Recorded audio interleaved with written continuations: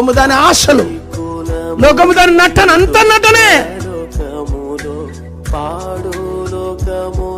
ఇక్కడొక ఆట, అక్కడొక ఆట, ఇక్కడొక ఆట, అక్కడ మొత్తం లోకం దిగుతుంది పెళ్లిళ్ళ కాడ.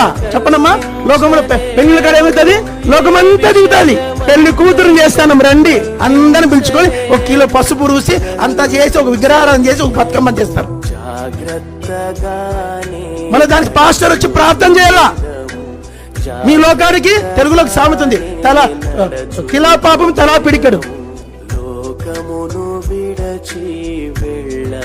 అంతే లోకమే. ఎక్కడుందని మీ దగ్గర పరిశుద్ధత? పరిశుద్ధత అనే మార్గం అర్థం కూడా తెలియదు క్రైస్తవులకి. నాలో దేవుని ఆధారపడేది లేదు. నువ్వు ఈ చర్చిలో కూడా ఎన్ని మాట్లాడకూడదు, చెప్పకూడదు, వినకూడదు, చెవులు మూసుకోవాలి అంతే.